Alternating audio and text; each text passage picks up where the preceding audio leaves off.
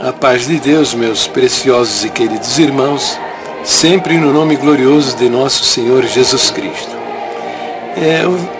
Veja, nosso querido irmão Romário Cardoso, Romário Neves Cardoso, né?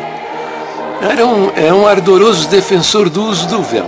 Ele chegou até a fazer um livro a respeito, né? Veja, a estrada da perdição, da heresia, do absurdo, quando você bota o pé nessa estrada, você vai longe, vai longe, vai longe. Foi o que ele fez, né? E eu dizia para ele: Romário, isso aí não é doutrina, meu filho, isso aí é usos e costumes. Nada tenho contra o uso do véu. A mulher que acha que deve usar o véu para louvar, orar e cultuar a Deus, beleza, use o véu, não tem problema. Só que não faça disso uma doutrina, porque é usos e costumes. E dizia para ele: olha, eu não sei, no mundo são 247 nações, tem os protetorados, as possessões, milhares de nações indígenas. Então, e a cultura são as mais diferentes. Se você examinar isso, você vai ficar impressionado. São as mais diferentes. Quando você faz de usos e costumes, você faz uma doutrina, se esse seu uso e costume não for aceito nessa cultura, você não vai poder levar a sua pregação.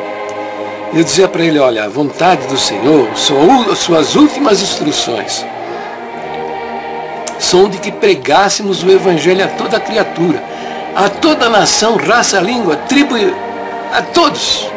Então você não pode ter um Evangelho regrado por doutrinas fundamentadas em usos e costumes.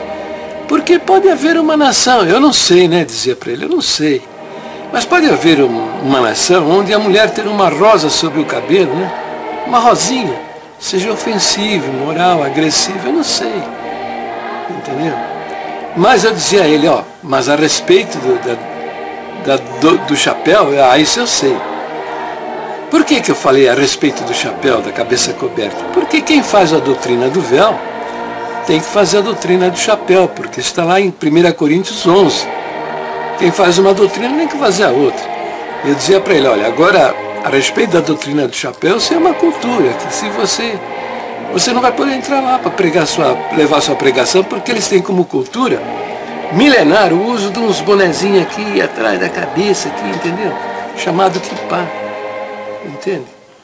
E você não vai dar certo lá, entendeu?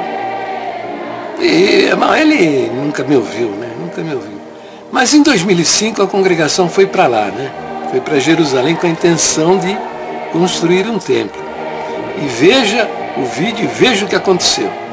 A princípio você vai ver a nossa conversa com o Romário e depois você vai ver o que aconteceu lá em Jerusalém. Para você ver como é que é o absurdo, a estupidez, né, de não observar o ensino das Escrituras. Leva a desastres terríveis. Quase houve derramamento de sangue naquela cidade. Veja o vídeo. Pronto, tá aí. Ai, meu Deus do céu. Lá está novamente o Romário saindo e batendo os pezinhos, né? Gente, não se impressione com o Romário, não. Ele sempre faz isso, sabe? Ele lê alguma coisa e fica zangadinho e vai embora, e como fez agora, atirando para todos os lados. Eu não sei qual foi o vídeo que o desagradou, né? Que o deixou assim tão enfurecido. Não sei se foi o vídeo denunciando que a congregação usa o véu, o dízimo, o ósculo santo, o salário do pastor, como arma de guerra para combater as demais denominações evangélicas, com o único objetivo de afastar a atenção do povo para os grandes problemas que a congregação tem, os quais são, não tem autoridade para expulsar demônio. São homens que não têm poder, o poder de Deus em suas vidas. Segundo, não impõe as mãos sobre a cabeça das pessoas para curá-las. Esses dois sinais aqui, o Senhor Jesus mandou que a gente observássemos na vida daqueles que se declaram servos de Deus e ministros de Cristo. Tem que procurar saber se ele está apresentando sinais aí. Se não tem os sinais de Deus ou do operário de Deus, larga ele para lá. não é um homem de Deus, nem é um enviado de Deus, não é um servo de Deus. É um nosso profeta também. Entendeu? Não tem os sinais, sai fora. Tá? Então veja bem. Não sei se foi esse vídeo, não sei se foi o vídeo do Paulão, né? Que o vídeo do Paulão é terrível também, hein? Denuncia e mostra claramente o caráter e a conduta desses homens aí, quem eles são. Né? Eu não sei qual deles aí, né? O homem ficou bravo. Né? Ficou bravo. Mas o Romário, eu não vou me estender muito neste vídeo para comentar o seu livro, sabe? Você está dizendo que veio para cá para divulgar o seu livro, mas que absurdo, você não tem nada na cabeça, rapaz, você tem a cabeça vazia. Você diz que a Bíblia é a sua única e perfeita guia de fé e conduta. Você fala, afinal, você diz lá que a Bíblia é a nossa única, mas você está por fora, porque o ministério não acredita mais nisso. A Bíblia não é a guia de conduta deles, nem de fé. Tá? Eles acrescentaram a palavra contendo porque eles não acreditam na Bíblia como a infalível palavra de Deus. Ora, se a Bíblia contém, ela não é. E se ela não é a infalível palavra de Deus, ou se ela não é a infalível palavra de Deus, então ela perde a confiabilidade, porque pode ser que aquilo que você está acreditando ou o que você está fazendo não seja da inspiração divina, seja do homem. Entendeu? Então veja, você está por fora, você parece um camarada que saltou de paraquedas e caiu na congregação. Tá? Mas eu já escrevi sobre isso muitas vezes, você sabe do que eu estou falando. Muito bem. Além do que, rapaz, veja, você começa o seu livro citando lá os primeiros versos da carta, que Paulo fala que os ensinamentos dele são para todas as igrejas cristãs em todos os lugares, que é universal. Muito bem, tá certo isso. Aí ele pega o capítulo 11, versículo 1 ao 16, e desenvolve aí, alicerça aí a heresia, a falsa crença do uso do véu.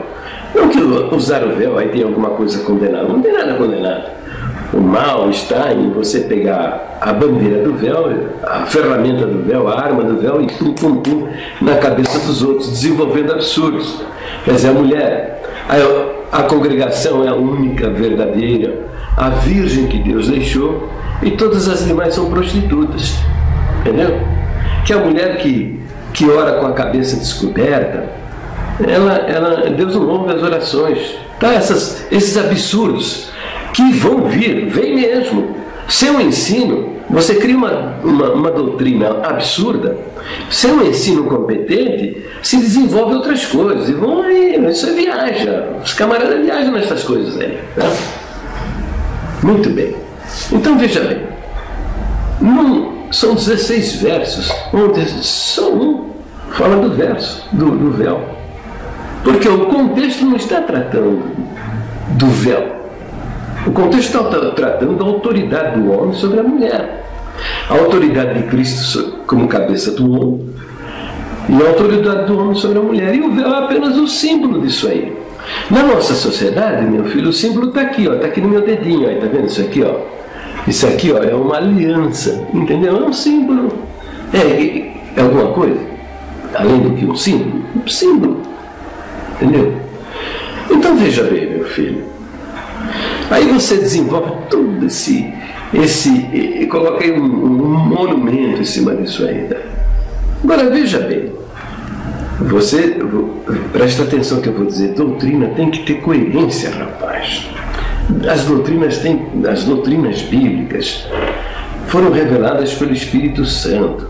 O fundamento dos apóstolos era uma revelação do Espírito Santo. Então essa revelação não é uma coisa maluca, rapaz, ela tem harmonia. Ela tem harmonia, uma doutrina encaixa com a outra. Se fosse da vontade do Espírito Santo que a igreja aceitasse, tivesse o véu como doutrina, se fosse tudo isso que você está falando, estaria em todas as cartas. Está muito claro no Novo Testamento que o Evangelho é para ser pregado a toda raça, toda tribo, toda língua e toda nação. Então, o Evangelho, ele não pode estar regrado por usos e costumes. Nós não podemos fazer de doutrinas de usos e costumes. Por quê? Porque as nações, elas têm as mais diferentes culturas, os mais diferentes usos e costumes. Então, se você faz de usos e costumes, você faz uma doutrina, pode haver alguma nação no mundo onde você não vai poder levar a sua pregação. Por quê? Porque você tem aí como doutrina usos e costumes que naquela nação é imoral, indecente, é ofensivo, é agressivo. E a congregação já tomou uma cacetada por causa disso. Fizeram, como você viu aí nesse vídeo, né? E como você tem conhecimento também, fizeram dos usos e costumes do uso do véu uma doutrina, né? Ora, mas se você faz a doutrina do véu, você tem que fazer a doutrina do chapéu. Quer dizer, o homem não pode orar ou profetizar com a cabeça coberta, não é verdade? Então fizeram a doutrina do chapéu para tudo, né? Eu não poderia estar falando aqui com a minha cabeça coberta, embora eu não esteja nem orando nem profetizando. Eu estou aqui discutindo, contestando, argumentando, ensinando, fazendo uma porção de coisas, mas não estou ensinando, pregando e nem estou profetizando. Bem, mas em 2005 foram lá para Israel, Jerusalém, fazer um templo lá em Jerusalém e se deram mal. Por quê? Por causa da doutrina do véu? Não, em absoluto. Se deram mal por causa da doutrina do chapéu. Porque os judeus têm como tradição milenar o uso da cabeça coberta.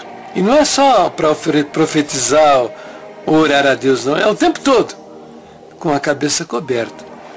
E humilharam os judeus aqui no Brasil, né, por causa dessa falsa doutrina. E se deram mal lá em Jerusalém. Então, a prova de que a doutrina do chapéu não é verdadeira, porque, veja, não puderam permanecer em Israel por causa da cabeça coberta, né? Então a prova que a doutrina do chapéu não é verdadeira é uma prova também de que a doutrina do véu não é uma doutrina, é usos e costumes. Usos e costumes, se você pode praticar em determinada nação, em determinada cultura, beleza, tudo bem. Mas se você não pode praticar, você pode abandonar, porque não é uma doutrina. A doutrina você precisa permanecer nela, né? Não pode jogar fora. E foi o que fizeram, o que o ancião lá fez lá em Jerusalém, né? Ele jogou a doutrina do chapéu no lixo, porque lá o vice-prefeito lá da prefeitura de Jerusalém, no meio do culto, assumiu a tribuna com a cabeça coberta. Veja o vídeo onde eu conto isso tudo aí, para você entender bem o que é fazer de usos e costume fazer uma doutrina. Veja esse vídeo aí, tá?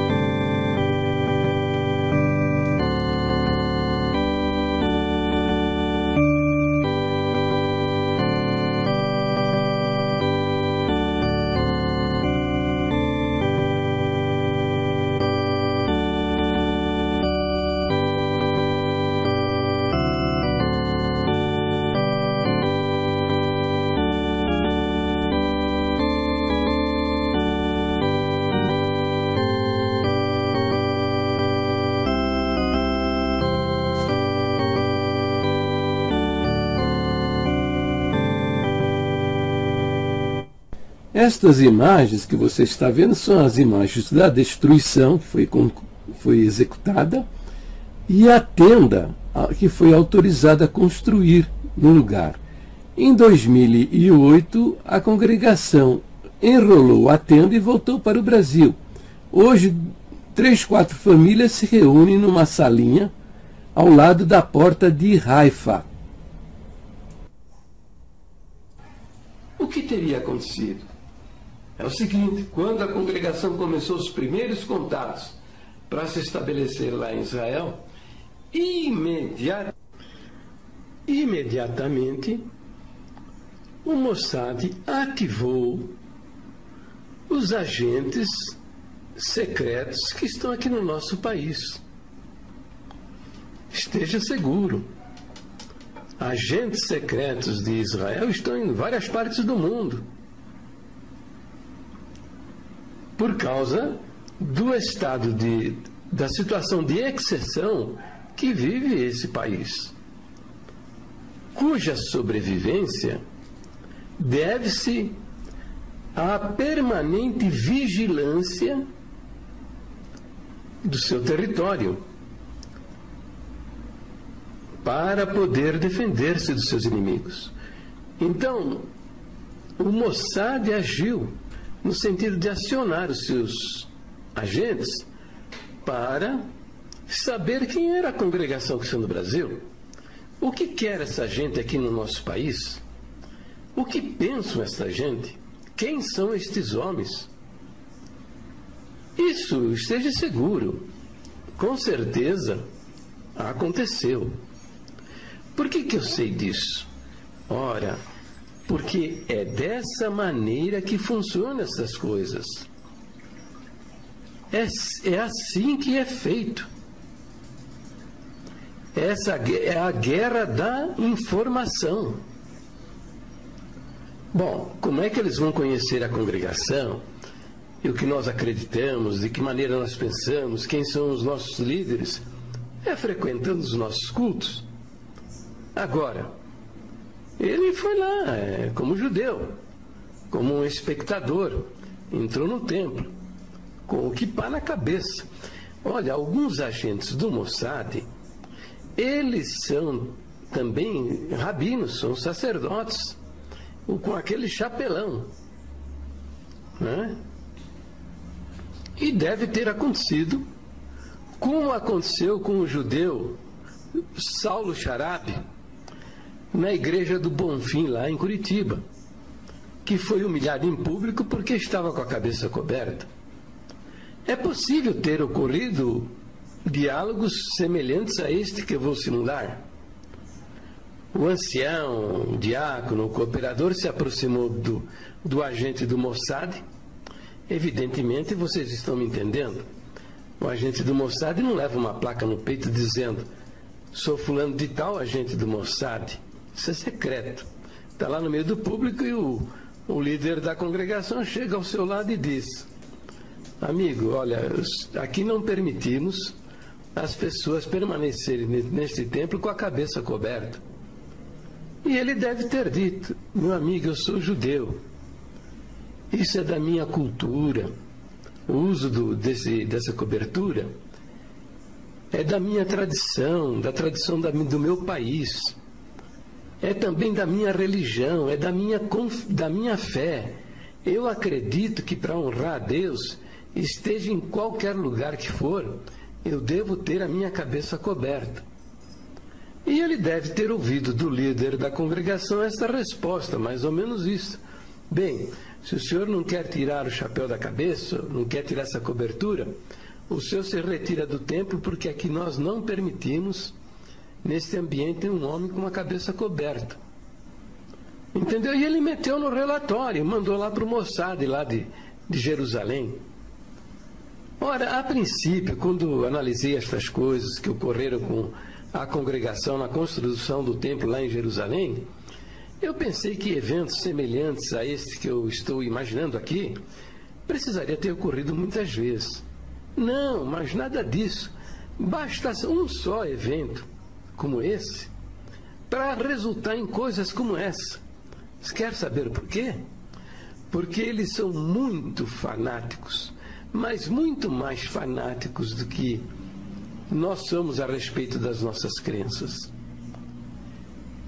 A prova está em que, durante 2000 anos, esta nação viveu sem terra, sem um pedaço de terra para se chamar de seu, de sua pátria, seu lugar, e sobreviveu. 2000 anos espalhado no meio das nações, sendo perseguidos e maltratados, e sobreviveram. Você sabe por quê? Por causa da cultura, por causa da tradição, por causa da religião. Então, basta só um relato desses aí, na mão de um general lá do Mossad. O cara deve ter lido uma coisa dessa e falando assim: ah, é? Eu vou mostrar para essa gente que aqui quem manda somos nós. E foi lá, mandou soldados, com tratores, botou tudo no chão e maltratou todo mundo. Entendeu? Então é isso. Então a congregação fracassou em Israel. Em 2008, eles depois que destruíram o templo de alvenaria, fizeram uma tenda lá, construíram uma tenda. E em 2008, enrolaram essa tenda e vieram embora para o Brasil. Chega de Israel. Chega de Jerusalém. Por quê? Ora, pergunta para um desses anciãos, por que eles não continuaram lá em Israel? Ele vai dizer: você está louco, camarada. Aqueles homens lá não tiram o chapéu da cabeça nem para dormir. Como é que nós vamos pregar o evangelho para essa gente? Eu tenho um relato escrito, cuja autoria eu não vou revelar para não causar desabores. E o relato é o seguinte: o tempo total, desde o início, foi de 28 meses. Desde as primeiras conversações até a data de abertura. E o movimento foi o seguinte: primeiro, comprar um terreno para construir uma congregação no caminho de Jerusalém para Hebrom. E assim Deus preparou. Custo do terreno com a legalização e transferência foi de $430 mil. Alugar um local para ter um endereço em Israel, para ter os cultos e também para alojar os irmãos que viajariam em missão pela obra de Deus em Israel. Aluguel mensal de $1.200 e outros custos relativos à manutenção da sala de oração. 3. Mandar de volta para Israel o Evangelho, através dos servos de Deus do ministério de 2 em 2.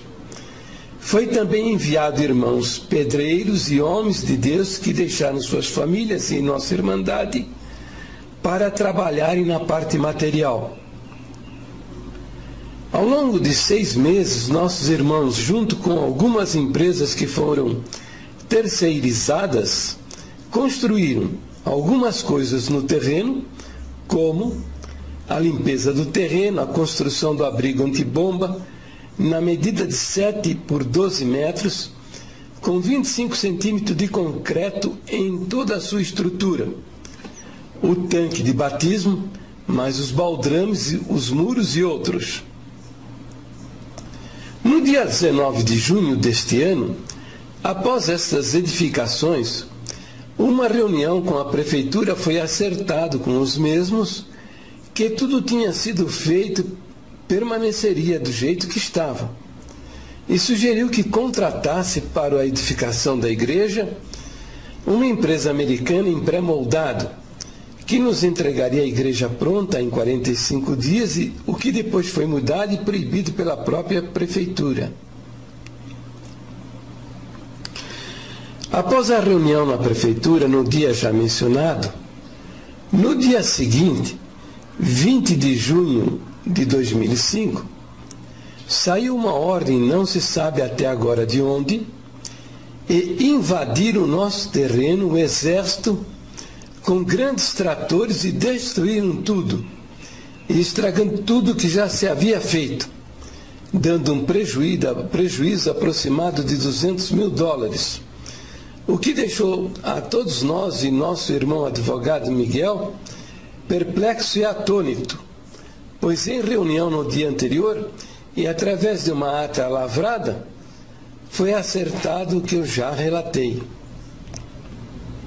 Nossos irmãos que lá estavam choraram muito. Após mais ou menos um mês do acontecido, chegou no escritório do nosso irmão. O tempo total desde o início foi de 28 meses, desde as primeiras conversações até a data da abertura. Devemos entender então com este episódio que as doutrinas das Escrituras Sagradas, elas não mudam. E se preciso for, devemos sustentá-las e até morrer por elas, porque receberemos da parte de Deus o galardão, a recompensa, pela obediência à sua palavra. Mas usos e costumes você pode abandonar. Se você pratica na sua igreja algum usos e costumes, como é o caso do véu, da cobertura do chapéu, sem problema. Você pode abandonar isso, porque você não vai ofender a Deus. Quer saber por quê? A ordem de Deus imperativa é para que nós levemos a pregação da sua palavra a todos os povos, ou todas as raças, todas as tribos, todas as nações, que nós preguemos o Evangelho a toda criatura. Então, é necessário que o Evangelho seja transcultural. O Evangelho é para todas as culturas. Por isso nós não podemos fazer de usos e costumes, fazer doutrinas. Eu vou mostrar mais agora que isso não é uma doutrina, que é usos e costume que o ancião abandonou dentro da congregação, na sua abertura. Presta atenção! É isso. Então, gente,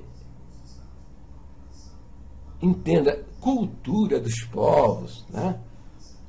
Usos e costumes dos povos, a gente obedece, a gente atende, tá? Respeita, entendeu? Depois dessa destruição toda, os irmãos do Brás foram lá para Jerusalém e conversaram lá e acertaram a construção de uma tenda. No dia da abertura, da inauguração, no primeiro culto, estiveram presentes autoridades da prefeitura lá de Jerusalém, que são judeus ortodoxos, todos eles com o chapeuzinho na cabeça, estiveram presentes no culto. Um deles era o porta-voz da prefeitura, que era este cidadão que você vai ver agora. O nome dele é Nir Barkat, um judeu ortodoxo, e veja ele aí conversando com outros judeus sacerdotes com o quipá na cabeça. Tá vendo aí? Tá vendo aí? E veja, no meio do culto, deram liberdade para ele para falar com a Irmandade, apresentando as desculpas da prefeitura de Jerusalém por causa da violência cometida contra a congregação. E veja, ele está na tribuna com... Observe que o ancião está sentado atrás desse irmão de paletó escuro, que deve ser o tradutor daquilo que o Nir Barkat está falando com a Irmandade. Veja, o ancião está quietinho, ouvindo que o Nir Barkat está pregando no meio do culto com a cabeça coberta.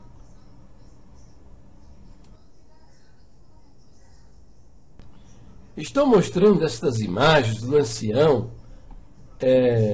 sentado, quietinho, ouvindo Nir Barkat. Não é para humilhar esse irmão, não. É porque são fatos. E a gente tem que falar a verdade e encarar os fatos.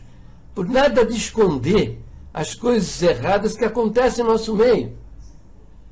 O ancião, esse irmão aí, é um dos valentes da congregação. Ele não é um covarde por não praticar a doutrina do chapéu. E ele não é um relapso com as crenças da congregação. Esse irmão é um dos valentes da congregação e ele sempre esteve disposto a ir aos lugares onde os outros não queriam ir. Teve um tempo quando ele viajava aí para os países da América do Sul, Bolívia, Paraguai, os seus companheiros de ministério ridicularizavam ele, chamando-o de missioneiro, não de missionário, que seria a palavra correta, mas de missioneiro, debochando desse irmão. Esse irmão é um dos valentes da congregação, mas ele ficou quietinho e deu a permissão do porta-voz da prefeitura falar, porque debaixo da guia de Deus, porque se ele fizesse diferente, ele viu o que aconteceu, metralhadora apontada na cara dos irmãos. Então, ele abandonou, quebrou a doutrina, foi desobediente a Deus? Não, é usos e costumes isso aí. O uso da cabeça coberta é usos e costumes. Se você pode praticar numa nação, numa tribo, você pratica. Mas se você não pode, você pode abandonar, que você não vai ofender a Deus. A salvação das almas é muito mais importante do que chapéu, véu, barbicha, camiseta regata, bermuda, essas bobagens que esses homens ficam ensinando para o nosso povo.